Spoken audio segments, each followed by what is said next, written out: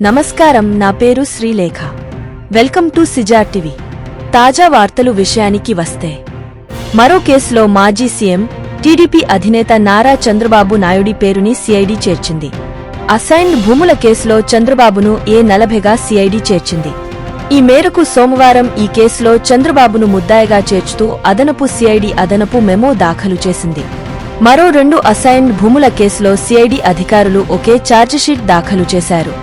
దీంతో 2 కేసులకు ఒకే ఛార్జ్షీట్ ఎలా దాఖలు చేస్తారని న్యాయమూర్తి ప్రశ్నించారు.